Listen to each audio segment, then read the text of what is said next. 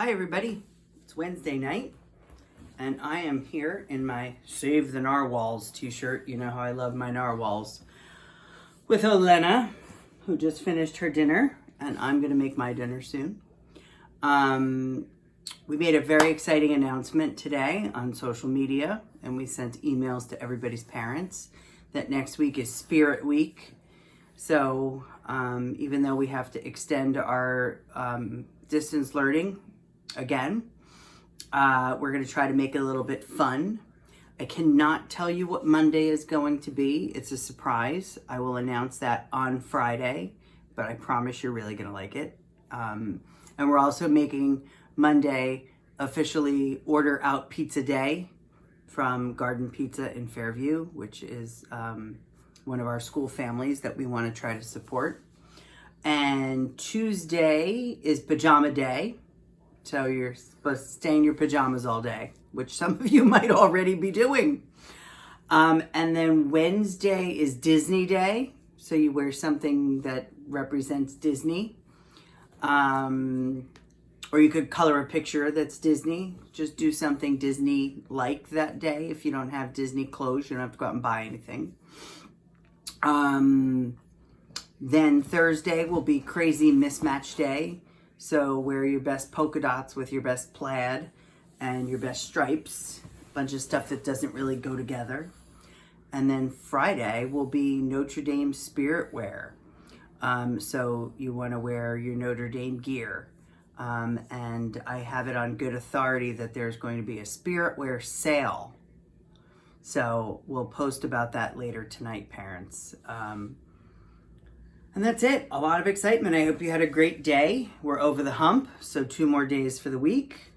And are you ready for a story? Because I'm ready. Okay, here we go.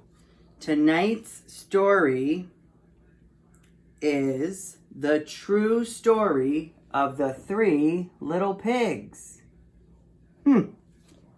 This story is told from the wolf's point of view. So I wonder how that is different than the way the pigs would tell the story. And this story is told by John Sazika and illustrated by Lane Smith. All right, so let's see. What kind of voices am I going to come up with tonight? I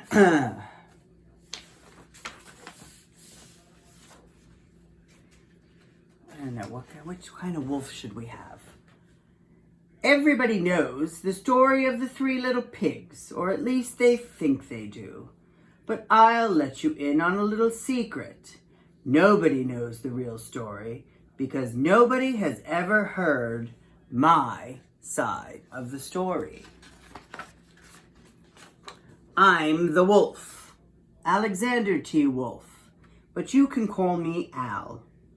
I don't know how this whole big bad wolf thing got started, but it's all wrong.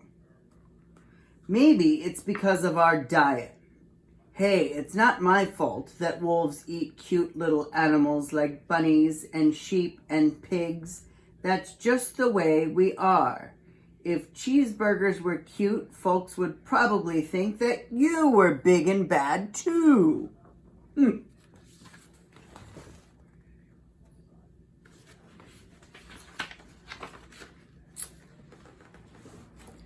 But like I was saying, the whole big bad wolf thing is all wrong.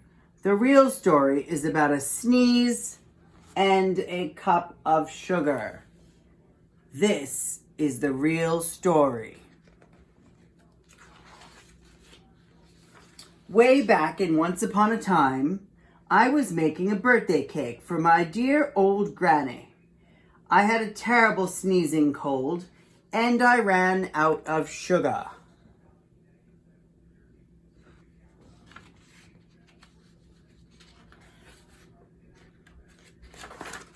So I walked down the street to ask my neighbor for a cup of sugar. Now, this neighbor was a pig, and he wasn't too bright either. He had built his whole house out of straw. Can you believe it? I mean, who in their right mind would build a house out of straw?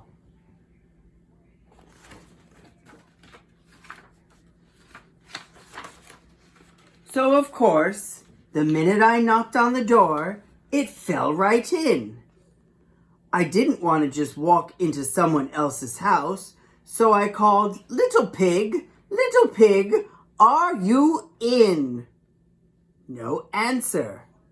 I was just about to go home with a cup of sugar for my dear old granny's birthday cake. That's when my nose started to itch. I felt a sneeze coming on. Well, I huffed and I snuffed.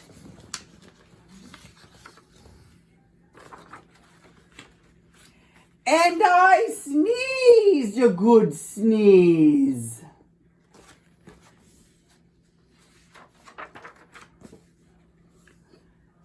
And you know what?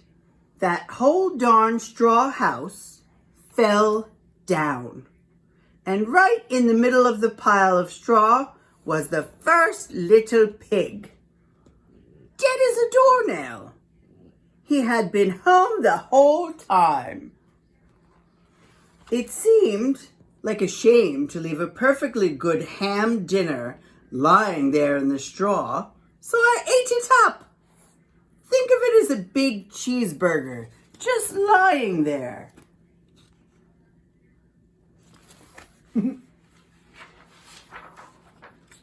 I was feeling a little better, but I still didn't have my cup of sugar. So I went to the next neighbor's house. This neighbor was the first little pig's brother. He was little smarter, but not too much. He had built his house out of sticks. I rang the bell on the stick house, but nobody answered. I called, "Mr. Pig, are you in?" He yelled back, "Go away, Wolf! You can't come in! I'm shaving the hairs from my chinny chin chin!"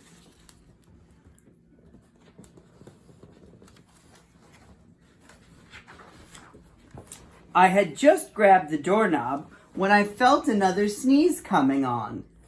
And I huffed and I snuffed and I tried to cover my mouth, but I sneezed a great sneeze.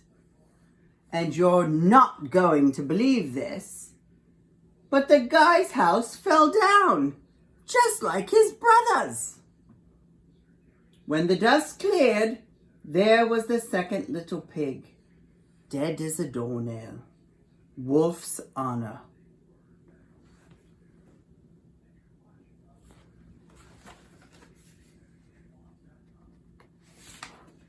Now, you know food will spoil if it's just left out in the open.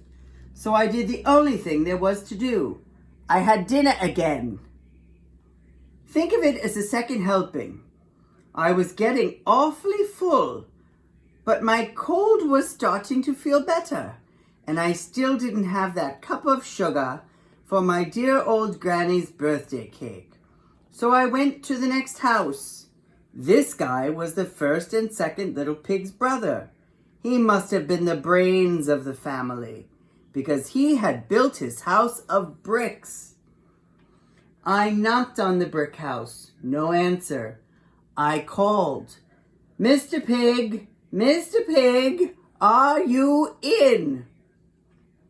And do you know what that rude little porker answered? "Get out of here, Wolf! Don't bother me again!"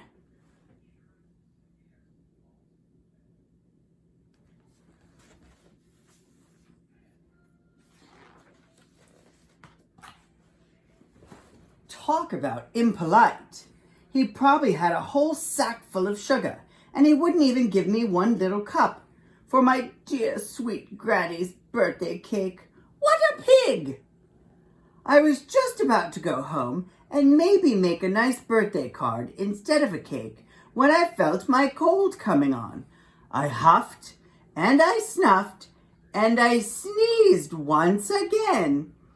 Then the third little pig yelled, "And your granny can sit on a pin!" That's not very nice. Now, usually I'm a pretty calm fellow, But when somebody talks about my granny like that, I go a little crazy.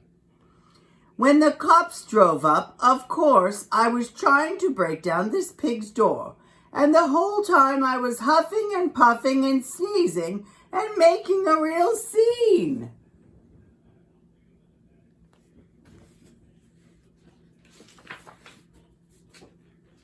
The rest, as they say, is history. The newspapers found out about the two pigs I had for dinner. They figured a sick guy going to borrow a cup of sugar didn't sound very exciting, so they jazzed up the story with all of that huff and puff and blow your house down. And they made me into the big bad wolf. That's it.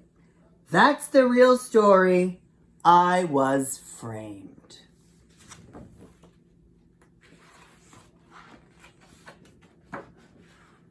But maybe you could lend me a bit of sugar.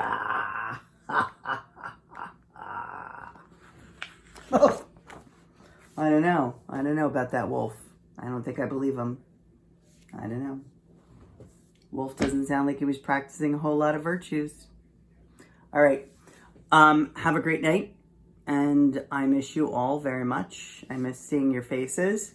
So please remember to send pictures and videos and things so that I get to hear from you, just like you get to hear from me. And have a good night. Signing off. Olena's already over here chilling out. She's a very lazy dog. She hasn't helped me with any of my work this week. All right. Take care, guys. See you tomorrow.